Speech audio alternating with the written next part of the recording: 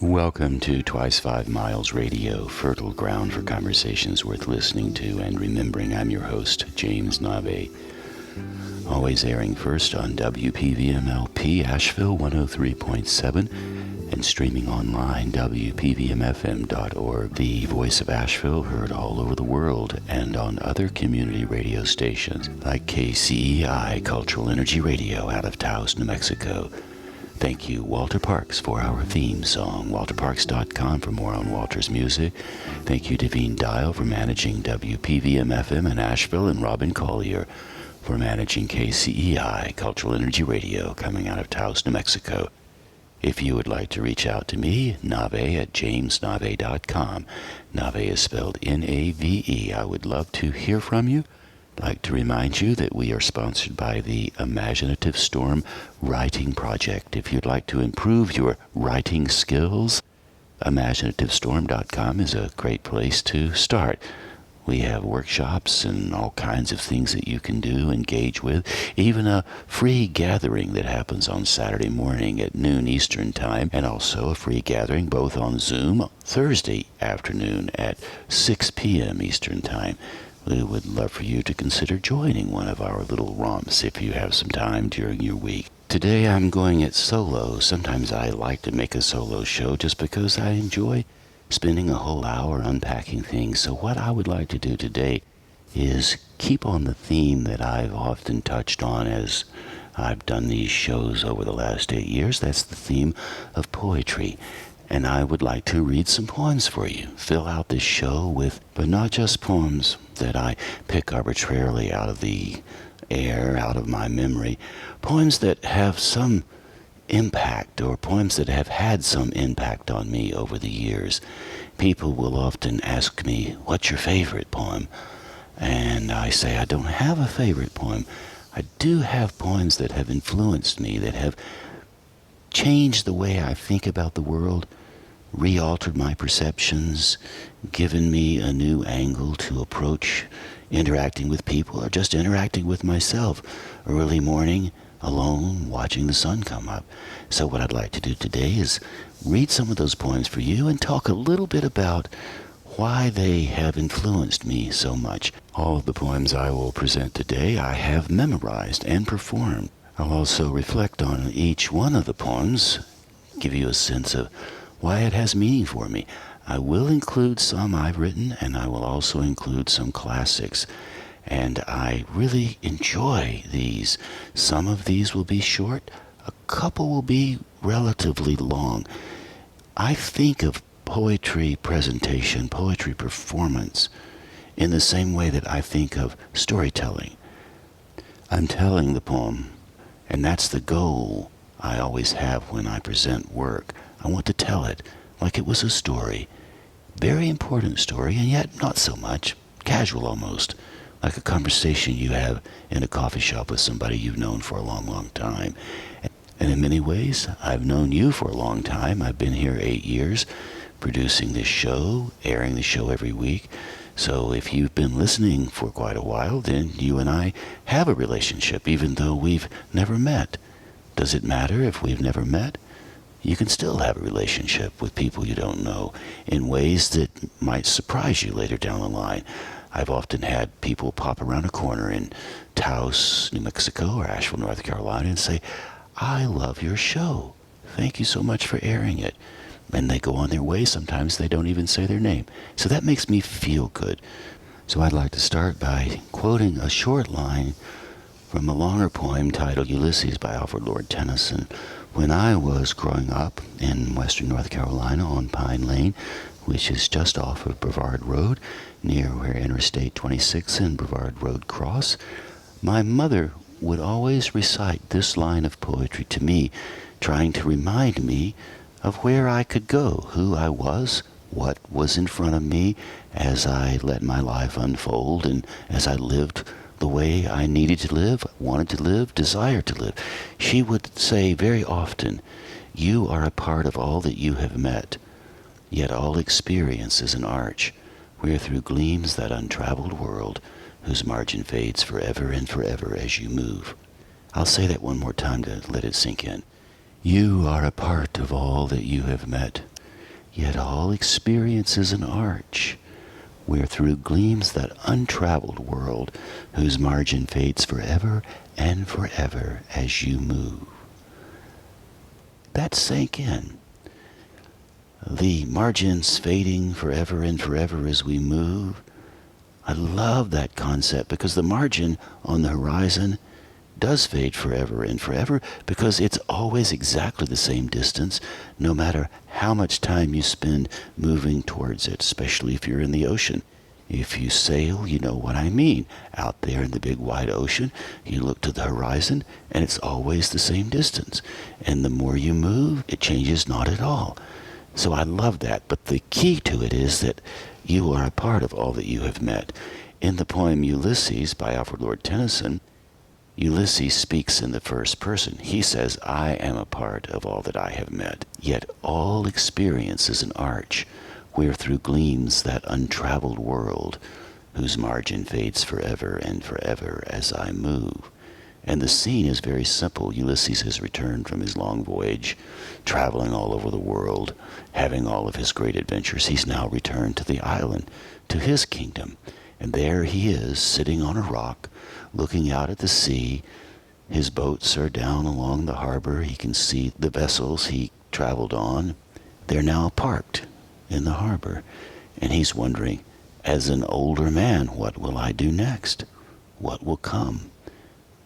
All of this in the past has happened. Now, can I still go out into the sea, push off, sitting well in order, smite the sounding furrows?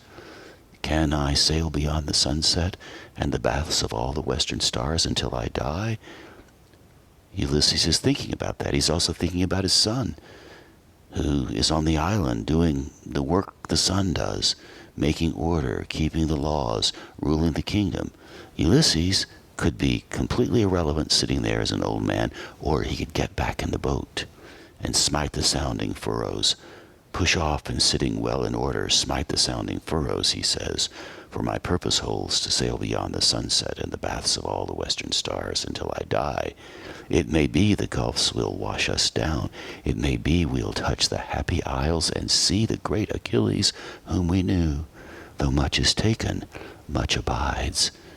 And though we are not now that strength, which in old days moved earth and heaven, that which we are, one equal temper of heroic hearts, made weak by time and fate, but strong in will, to strive, to seek, to find, and not to yield.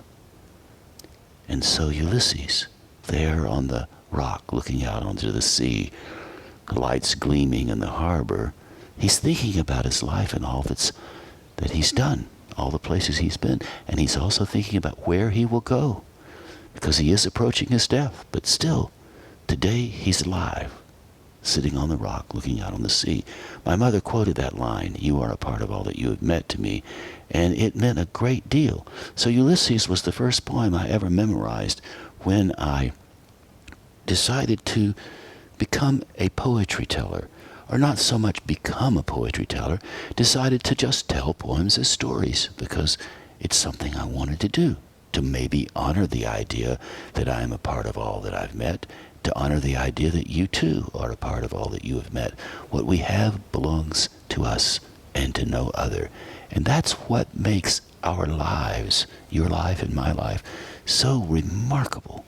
No matter where you are, what you're doing in the world, what your day was like yesterday, what today is like today, what tomorrow will be like tomorrow, it's still yours, and you are a part of it all. And that deserves some thought, some notice, perhaps a bit of celebration. Not only did I decide I'd like to tell poems, I also decided as an adult I'd like to try to write a few as well. I understood then, and I understand now, that I don't have the level of skill that some of the terrific great poets have. The modern poets, take Patricia Smith, for example. She writes in form. She studies poetry all the time. Another poet, Ocean Vuong, he spends all of his life writing poetry. That's what he does. He also writes novels as well.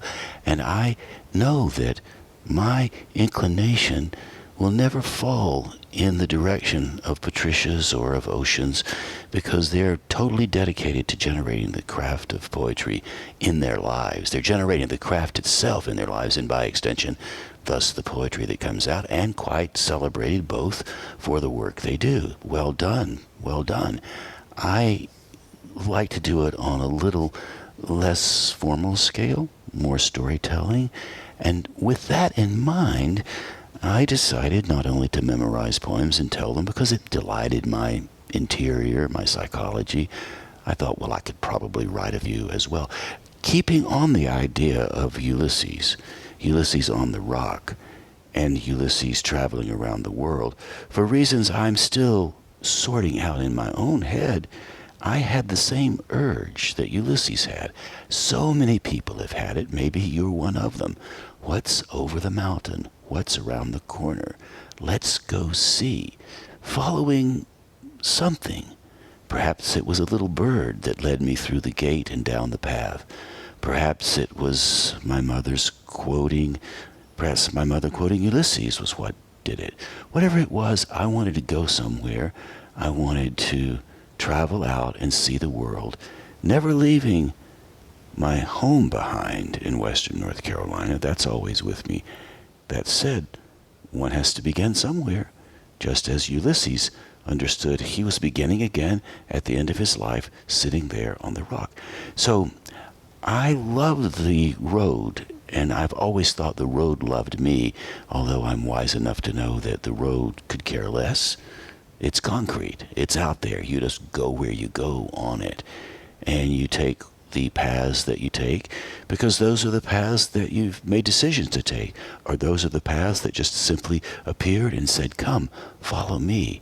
I will take you somewhere. Of course, the road never says that. That's all part of the imaginative myth that we have about what the road does to us. The real truth, of course, is when you move around the world, you have all kinds of experiences, and the more you move, the greater your odds are that you will have experiences that will surprise you, delight you, maybe sometimes terrify you, do all kinds of things to you, stir up all kinds of emotions. So when I was traveling, back in the days when I performed poetry for school students and had the chance to move around a whole lot, clock the miles, if you know what I mean, on those great highways and byways of Americana, I found myself in a little school cafeteria. It was a community college somewhere in North Carolina. I was on a lunch break, and I was thinking about the romance of the road. So I've always romanticized the road, and it's worthy, I suppose, to romanticize it. It makes for good stories. It builds a bit of energy like it's building now. Truth of the matter is the road's just out there, and we traverse it and come and go and do what we do on it. That said, the road does take us places, and it offers us experiences that we couldn't get anywhere else. Like, for example, today I'm recording this show in Tucson, Arizona. I drove down from Taos after having driven from Asheville to Taos last week, and I'm visiting my friend John Van Hasselt, who lives in Paris. John is here visiting some of his relatives who live in Tucson. So I drove down. Today, the weather forecast says it will be 105 degrees outside. That's really, really hot. It's been that way since I've been here for the last few days. As you might imagine, once it hits around 100 and keeps going up, you can definitely feel it. So for this time frame, the road has given me an experience around high summer heat in Arizona. And it is hot, I'll tell you that. So coming back around to my lunch break in the community college cafeteria. So I was sitting there eating my soup, romanticizing about the road, and without much thought, I jotted this poem down, and it's titled The Road, as you might have already guessed. So here it is. The road is in love with me. It comes turning out of my childhood, twisting through my morning, interrupting my picnic. It taps when I'm asleep like a kitten, wishfully waiting for the door to open. I'm always dreaming of the road. As a boy, I stood beside the road and watched it as it stretched out into the summer afternoon, so concrete, so eternal. As a young man, I followed it through my gate, past my school with its oak wooden floors and wide eastern views, past my church, so small now, inadequate steeple, stained glass windows, past gardens with corn so high, I'm sure it only grew to give the wind a place to go, past my father's blows and mother's easy words, carrying me away from home. That's what the road did. It carried me away from home, into the night, into the morning, into the next night, into the morning, until now, as I stand before you, breathing and alive, the road is in love with me. I've always liked to say that poem or perform it because it does have a lot of meaning for me. The church I reference in that piece is Sardis Methodist Church, which is still on Brevard Road in Asheville, North Carolina, on the corner of Sardis Road and Brevard Road. And the steeple is the steeple my grandfather made, which still sits on the church, and the stained glass windows, my family names on them. So there's some real sentimentality there. The gardens are the gardens we planted when I was a boy, and I do remember running through the corn. And I do remember when the storms came, the wind blew, and I don't know if the corn grew high to give the wind a place to go, but I loved the idea of the wind finding its way through the corn. And of course the school was Venable Elementary School, which is no longer there. A large grocery store sits on the location of the school I went to. And finally, my father's blows. My father was a World War II veteran, and he did have some trouble as a father because of all of the war experiences, and my mother did ease with her words. So in many ways, that piece I just read is a bit of a manageable memoir idea, something about my life, a little snippet that I put in and offered to you. And the main thing that's interesting to me is in 1970, the road became the conduit that did take me away from the church and the school and the garden. My mother took me to the Canton exit with my backpack, and I hitchhiked to Denver. And the reason I hitchhiked to Denver was to meet my friend John Van Hassel, whom I'm visiting today. He is in the next room. We've been friends ever since 1968. That's a long time, and a lot of water under the bridge, or a lot of miles on the great highways of life. No matter where you go, you have to start somewhere. Like I started on Brevard Road when I was a boy. Along the way, I've discovered some poems that remind me of the times growing up on Brevard Road, running through the corn and the hayfields high as the house and all of the rest of those things. One poem that particularly grounds me in my sense of place regarding where I grew up is a poem written by Dylan Thomas titled Fern Hill. And I would like to perform that poem for you now to give you a sense of what Dylan Thomas was able to do. Fern Hill was a place he went when he was a boy, just as Pine Lane was the place I grew up. He grew up in Wales, I grew up in Western North Carolina, two very different places, but the sentiment is the same. The memories are the same. Dylan Thomas wrote Fern Hill in 1945. You could say he birthed it in 1945, and I was born in 1949. Not that far apart. So here's Fern Hill by Dylan Thomas.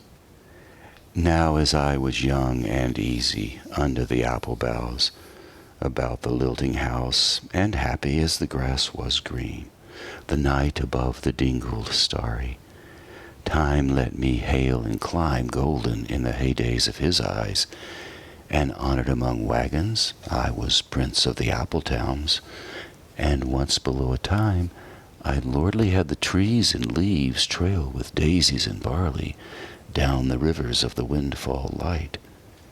And as I was green and carefree, famous among the barns, about the happy yard and singing as the farm was home, in the sun that is young once only, time let me play and be golden in the mercy of his means. And green and golden I was huntsman and herdsman, the calves sang to my horn, the foxes on the hills barked clear and cold, and the Sabbath rang slowly in the pebbles of the holy streams. All the sun long it was running, it was lovely, the hayfields high as the house, the tunes from the chimneys, it was air and playing, lovely and watery, and fire green as grass. and nightly under the simple stars, as I rode to sleep, the owls were bearing the farm away. All the moon long I heard, blessed among the stables, the nightjars flying with the ricks, and the horses flashing into the dark. And then to awake, and the farm, like a wanderer white with the dew, come back, the cock on his shoulder. It was all shining. It was Adam and Maiden.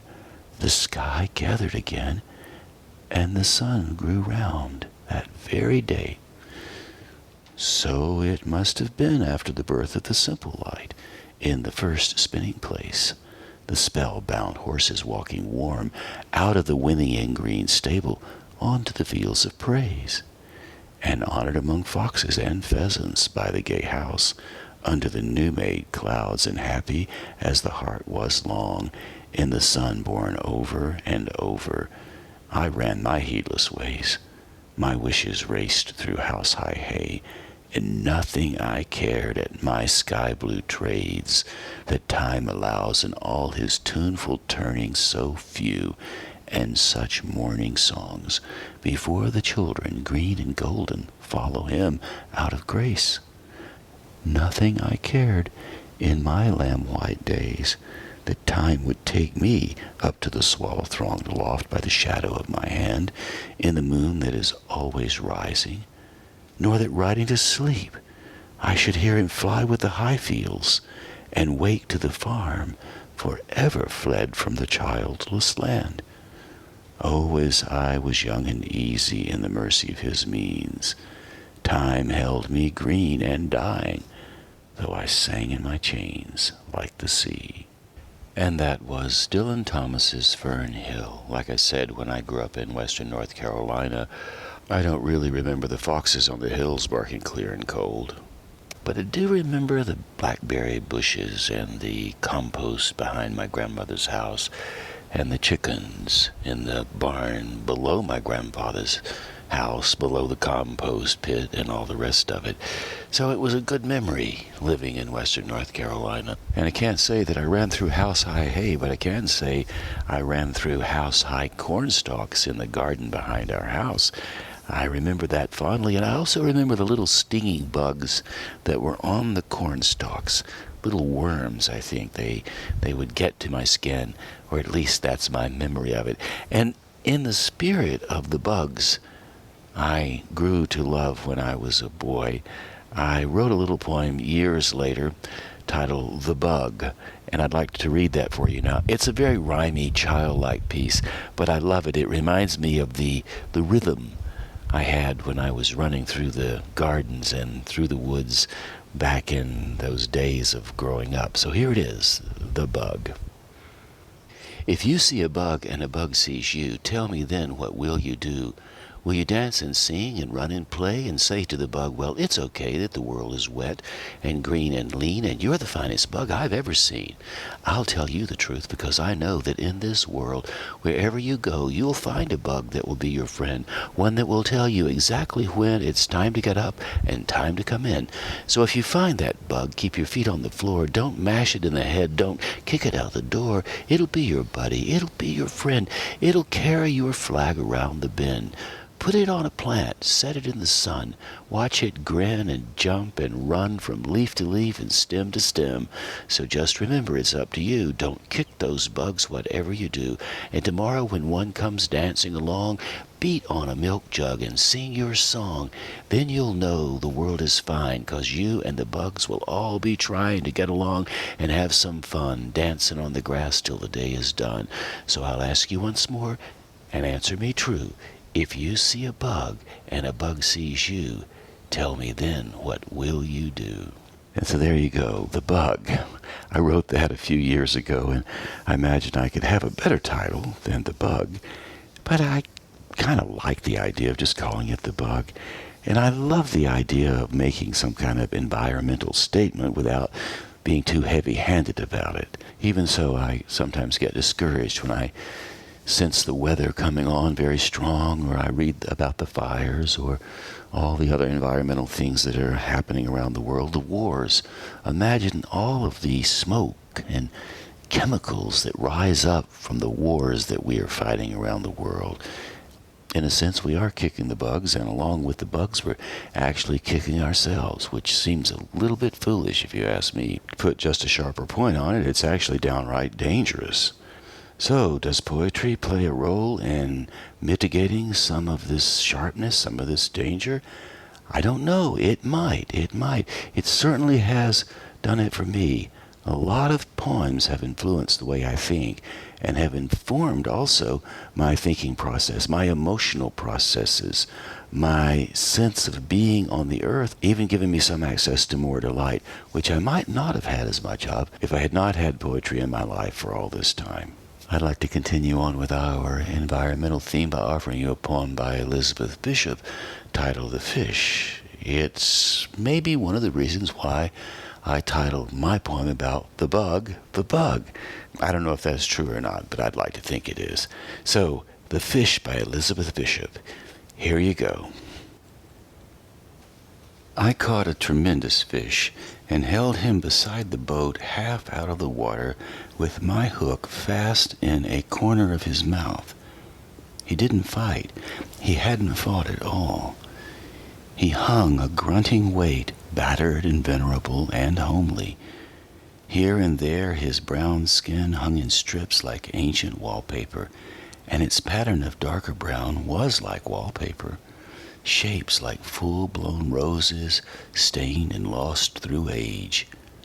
He was speckled with barnacles, fine rosettes of lime, and infested with tiny white sea lice. And underneath, 2 or 3 rags of green weed hung down, while his gills were breathing in the terrible oxygen, the frightening gills, fresh and crisp with blood that can cut so badly. I thought of the coarse white flesh packed in like feathers, the big bones, the little bones, the dramatic reds and blacks of his shiny entrails, and the pink swim bladder like a big peony. I looked into his eyes, which were far larger than mine, but shallower and yellowed, the irises backed and packed with tarnished tinfoil seen through the lenses of old scratched isinglass. They shifted a little, but not to return my stare. It was more like the tipping of an object toward the light. I admired his sullen face, the mechanism of his jaw, and then I saw that from his lower lip, if you could call it a lip, grim, wet, and weapon-like, hung 5 old pieces of fish line, or 4, and a wire leader with the swivel still attached, with all their 5 big hooks grown firmly in his mouth. A green line, frayed at the end where he broke it, 2 heavier lines, and a fine black thread still crimped from the strain and snap when it broke and he got away, like metals with their ribbons frayed and wavering, a 5-haired beard of wisdom trailing from his aching jaw. I stared, and victory filled up the little rented boat. From the pool of bilge where oil had spread a rainbow around the rusted engine to the bailer rusted orange, the sun-cracked thwarts, the oarlocks on their strings, the gunnels, until everything was rainbow, rainbow, rainbow. And I let the fish go. That was Elizabeth Bishop's poem titled The Fish. These poems that I'm performing in this show today for you, these are poems that I used to perform on stage for school students all over the country and in other countries as well. So these are the ones that meant a lot to me. I memorized poems because I wanted to tell poems as stories. And to this day, I still enjoy doing it. And one of the things I most especially love about community radio, I can do a show like this for you and air it, which I do on WPVM-FM in Asheville and KCEI Cultural Energy Radio in Taos. So it's a real pleasure to experiment with things, to be able to do something like this, something I want to do, something I'd love to do, and know that it will fall on ears that will appreciate it as well. And if you are listening to this, I appreciate the fact that you're leaning into it a bit. Once in a while, somebody will walk up to me and say, hey, I like the show. I like listening to your show. I appreciate what you do. So I'm so grateful to have this opportunity to just play around with some of the pieces of poetry that I love. And so given that idea, given that this is community radio and that I can play around as I please, I'm now going to offer a longer poem, one that has influenced me greatly over the years, one that inspired the name of the business my creative collaborator Allegra Houston and I are in, called the Imaginative Storm Writing Project. And the theme for the Imaginative Storm Writing Project is, of course, the imagination. And there's a line in the poem that I'm going to perform for you now that I drew the name of the imaginative storm from, and the line is this: what is it inside the imagination that keeps surprising us at odd moments when something is given back we didn't know we had, in solitude, spontaneously, and with great joy? The name of the poem this line comes from is Lonesome Pine Special, and it was written by Charles Wright, who grew up in Tennessee.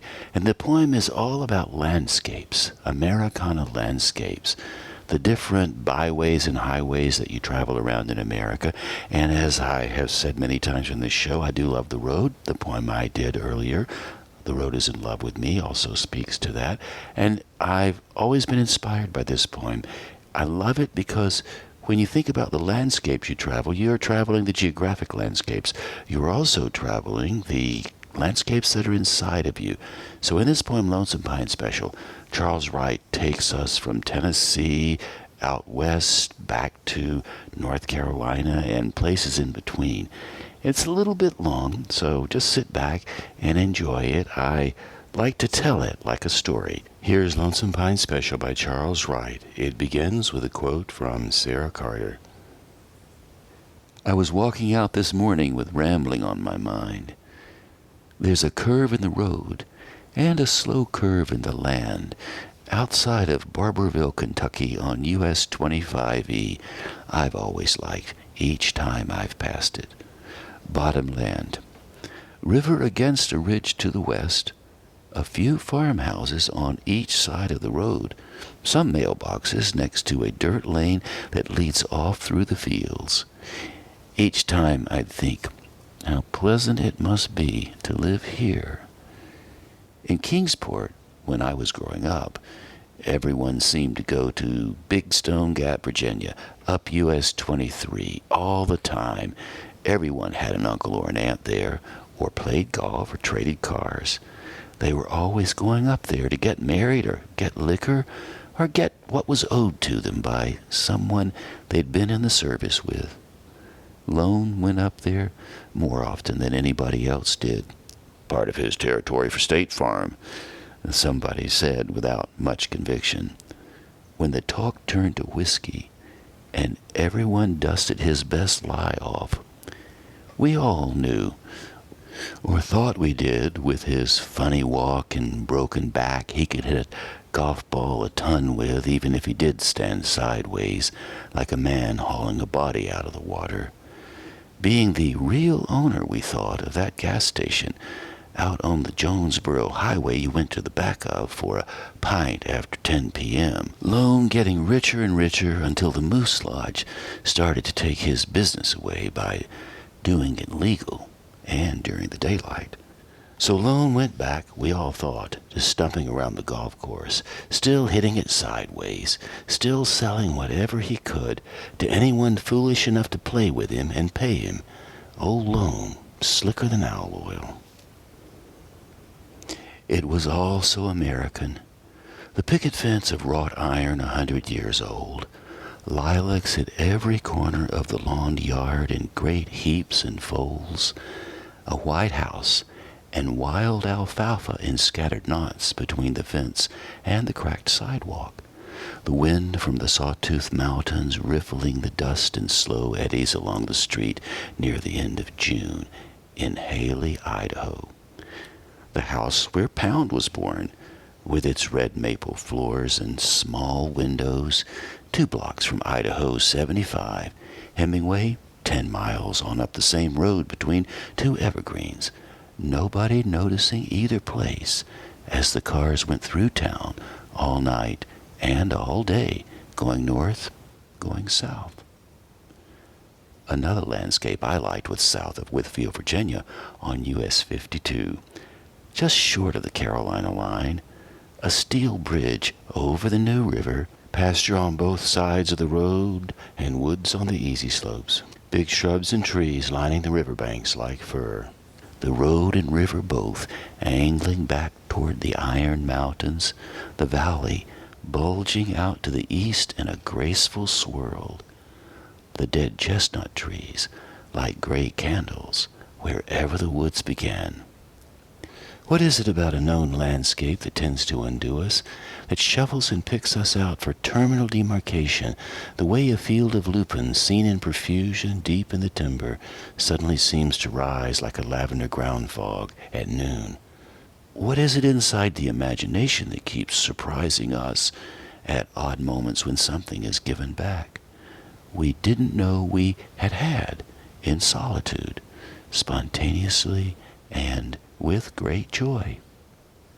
Today at midsummer noon I took the wooden floats to the Yak River, the small ones I'd carved from larch and cedar chips, and loosed them downstream to carry my sins away, as the palace guardians did each year at this time in medieval Japan, where the river goes under the new bridge on County 508, and the first homesteaders took up their quarter sections. From Sam Runyon's to Susie Speed's, through Whitewater and rock and the tendrils shades of the tamarack, out into rubbery blotches of sunlight, the float's shadows hanging beneath them like odd anchors along the pebbled bottom, the river slowing and widening, the floats at great distances from one another, past Binder's cabin under the black of the evergreen-covered dam, and over the falls, and gone into foam, and next year. In the world of dirt, each tactile thing repeats the untouchable in its own way and in its own time. Just short of Tryon, North Carolina, on US 176, going south down the old Saluda grade, kudzu has grown up and over the tops of miles of oak trees and pine trees, a wall of vines 100 feet high, or used to be, going into South Carolina, that would have gone for 100 more with the right scaffolding, rising out of the rock and hard clay and thin prickly ropes to snake and thread in daily measurable distances over anything still enough, long enough, and working its way out of the darkness and overhang of its own coils to break again and again into sunlight, worthless and everywhere, breathing and breathing, looking for leverage and a place to climb. It's true, I think, as Kinko says in his Idleness, that all beauty begins with disappearance, the bitten edges of things, the gradual sliding away into tissue and memory, the uncertainty and dazzling impermanence of days we beg our meanings from, and their frayed loveliness. Going west out of Kalispell, Montana on US 2, if you turned at Kela and skirted the big slough where Dogie Duncan killed 3 men some 70 years ago after a fight over muskrat hides, then turned south toward the timber and the higher ground on the dirt road to the Flathead Mine, past Sandelius' homestead and up toward Brown's Meadows, then swung down where the mine road branches right and doubles back. You'd come through the thinning spruce and fir and lodgepole pines to the suddenly open hillsides and deep draws of the hog heaven country and start to see what I mean. The punch grass and bitterroot and wild clover flattening under the wind as you turn from the dirt road, open the Kansas gate, and began to follow with great care the overgrown wagon ruts through the blowing field, the huge tamarack snag, where the tracks end and the cabin is, black in the sunlight's wash and flow, just under the hill's crown, pulling you down like weight to the front door. The cabin is still sizable, 4 rooms and walls made of plain lumber inside, the outside chinked with mud and cement. Everything 50 years past habitation. The whole structure leaning into the hillside, windowless, doorless, and oddly beautiful in its desolation and attitude, and not like the cold and isolate misery it must have stood for when someone lived here and heard at night the same wind sluicing the jack pines and the ruined apple trees in the orchard, and felt the immensity loneliness brings moving under the skin like a live thing, and the emptiness everywhere like a live thing beyond the window's reach and the fire's glare. Whoever remembers that best owns all this now, and after him it belongs to the wind again, and the shimmering bunch grass and the seed cones. There's so little to say, and so much time to say it in. Once in 1955, on an icy road in Sam's Gap, North Carolina, going north into Tennessee on US 23, I spun out on a slick patch, and the car turned once and a half around, stopping at last with one front wheel on a rock and the other on air. Hundreds of feet of air down the mountainside I backed away from, mortal again, after having left myself and returned, having watched myself wrench the wheel toward the spin, as I'm doing now, stop, and shift to reverse, as I'm doing now, and back out on the road, as I entered my arms and fingers again, calmly as though I had never left them, shift to low, and never question the grace that had put me there and alive, as I'm doing now. Solo Joe is a good road.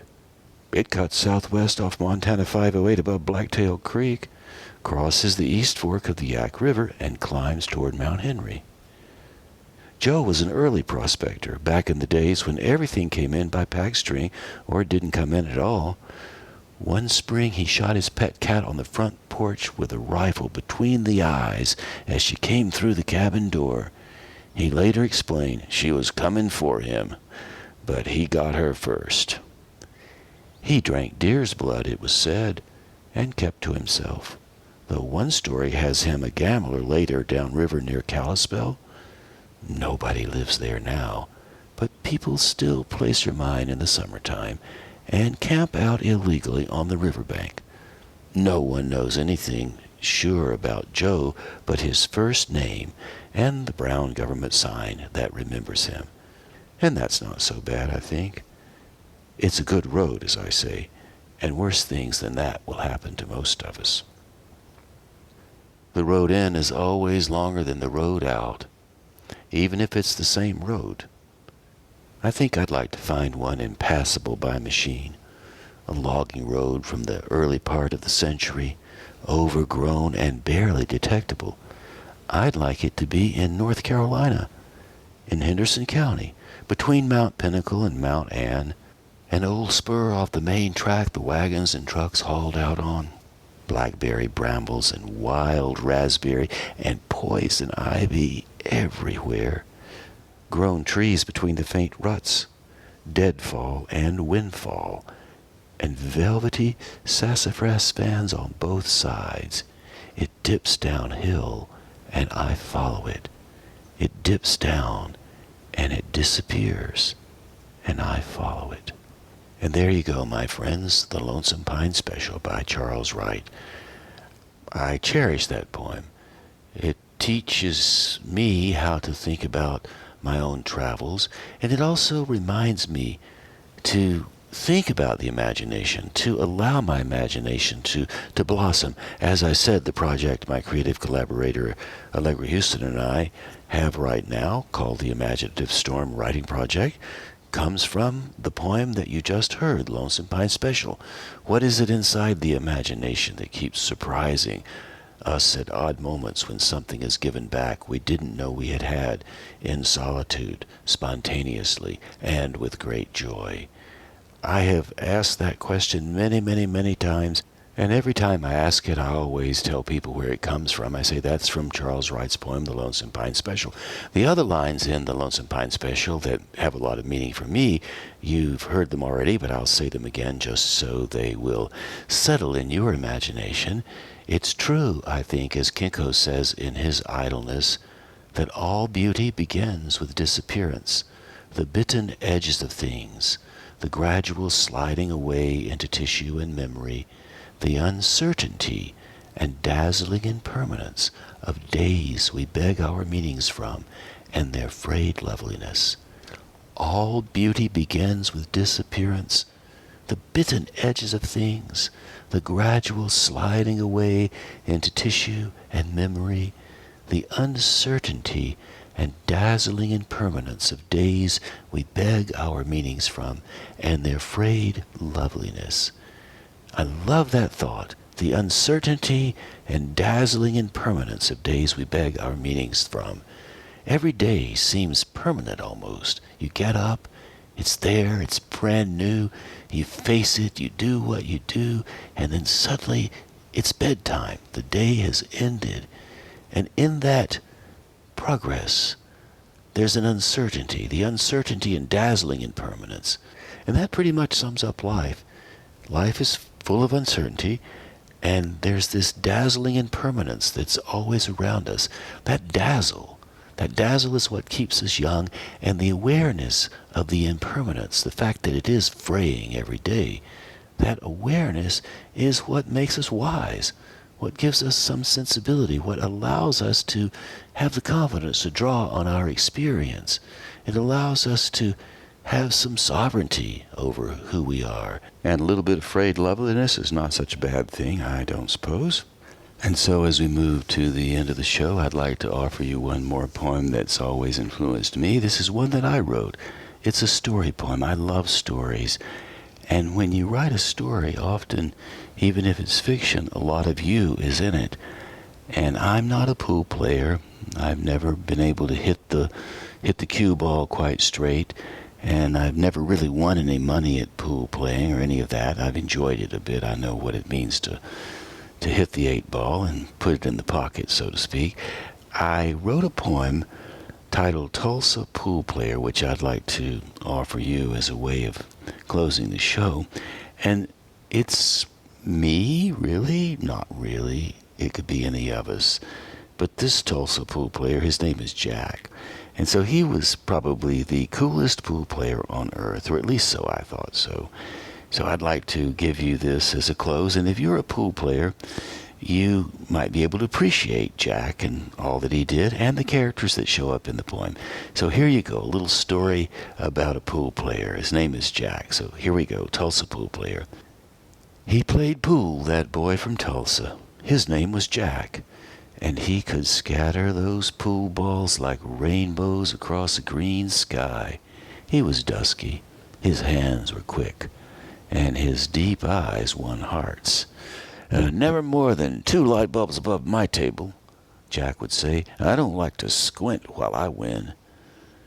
$50 and enough stamina to play all night would get you into one of Jack's games. All the boys down at the pool hall smoked and leaned forward as they watched Jack's pool balls orbit straight into the hungry corners. Jack's mouth was always open just a little bit, and when he smiled, you could hear the money rustling in his pocket. Even the rack boys stood still on the afternoon Jack's cue ball nicked a yellow 9 and spun his last black 8 into the corner. When the ball dropped, Jack just smiled, looked up and said, "Boys, this afternoon, drinks are on me." Around mid-October, when Jack went west, some of the boys down at the pool hall started claiming that their cue balls were running just a little bit straighter, and everybody's luck had improved. On Christmas Eve, when word came back that a brown-eyed West Texas girl from the Apache Mountains had spun past Jack on the break and left him $1,000 down by dawn, the word said that it didn't bother Jack a bit. He just smiled his smile, lifted his head, leaned his cue stick against the wall, and bought her a cup of coffee. Now, when this story ricocheted around that pool hall, all those boys down there laughed out loud and held their cue sticks straight up at attention. He played pool, that boy from Tulsa. His name was Jack, and he could scatter those pool balls like rainbows across a green sky. And that was the Tulsa Pool Player, and I've always enjoyed reciting that poem. It's a pretty simple story, and I guess it wouldn't hurt any of us to have that much grace when we lose and also when we win. So thanks ever so much for listening to this romp I've taken through the poetry that has been so meaningful for me. I have a lot of other poetry as well that has a great deal of meaning for me, and I hope you also have some of it as well. And if you don't, one of the ways that you can start your discovery around poetry is just go to a bookstore and go to the poetry section and pull some books off and just read the first line or two of each of the poems that you find in the books. And if one catches your fancy, then continue on until you lose fancy, until you lose interest, then go to the next one and the next. Pretty soon you'll find something that really, really works. So on that note, I'll give you one last little bit I wrote just for fun. It's about jazz, and it goes like this. Oh, jazz band, play that hurricane blues, rising through the marsh grass, warmer than a coastal moon. Magic June loves steel rhythm blues and robs melancholy to make me happy. Oh, jazz band, when the air is thin, fill my mouth with night. And so there it is, my friends, the end of the show. I'm still at the desk in Tucson, Arizona. A couple of days from now, I'll be driving west on the interstate back to Taos to spend some time in the high country. Sit, look, think, write. I work, it seems like, all the time. And I do think about going on the road and traveling to places. I will be coming back to Asheville for the Leaf Global Arts Festival, which happens in October. I'll be hosting the Poetry Slam there. And I'm really excited about the Leaf Global Arts project. If you're ever in Asheville and you'd like to visit the downtown Leaf Global Arts location, it's a great spot to take some friends and look at all the stuff they have going on there. You can Google Leaf Global Arts and you'll find the location in downtown Asheville. And so on that note, I'll say thank you once again for listening to Twice 5 Miles Radio, fertile ground for conversations with listening to and remembering. I'm your host, James Nave, always airing first on WPVM LP Asheville 103.7 and streaming online WPVMFM.org, the voice of Asheville, heard all over the world and on other community radio stations like KCEI, Cultural Energy Radio out of Taos, New Mexico. Thank you, Walter Parks, for our theme song. WalterParks.com for more on Walter's music. Thank you, Devine Dial, for managing WPVM-FM in downtown Asheville. And Robin Collier, thank you for managing KCEI, Cultural Energy Radio in Taos, New Mexico. You can always reach me, Nave, at jamesnave.com. I would love to hear from you. I'd like to find out what you're doing. I would most especially like to know where you are in the world. It's meaningful for me when someone writes me and tells me a bit about what's going on. And I'd also like to remind you, as I often do, Twice 5 Miles Radio is sponsored by the Imaginative Storm Writing Project. My creative collaborator, Allegra Houston, and I have been working on this project for quite a while. I did mention a few moments ago that the Imaginative Storm name came from the Lonesome Pine Special. What is it inside your imagination that keeps surprising you? It's a good question to ask. Probably never be able to answer the question, but that's the question we ask all the time in the Imaginative Storm Project, and that's what we're looking for. Surprise, surprise, surprise. What is it? What is it that surprises your imagination? I don't know the answer to that, but I do know that when you do creative work, you surprise yourself. Your imagination does pop. So if you're interested in ever engaging with us, imaginativestorm.com is how you can find out all about that. And I do offer, along with Allegra, a Saturday morning at noon and a Thursday afternoon, 6 p.m., both Eastern Time, Writers Gathering. It's a writer's workshop. We do Imaginative Storm, generative writing. Everybody writes for 10 minutes and then reads their work. It's really good fun. It's a bit of a salon. So if you're ever interested in improving your writing chops, I welcome you to consider joining us one Thursday or one Saturday. It's always free. The door is always open. It's a community gathering, a little bit like community radio, which we're doing right here, right now. So with that, once again, thanks ever so much for tuning in. I really appreciate it. And hey, I hope that I will catch you on that turnaround somewhere down the line.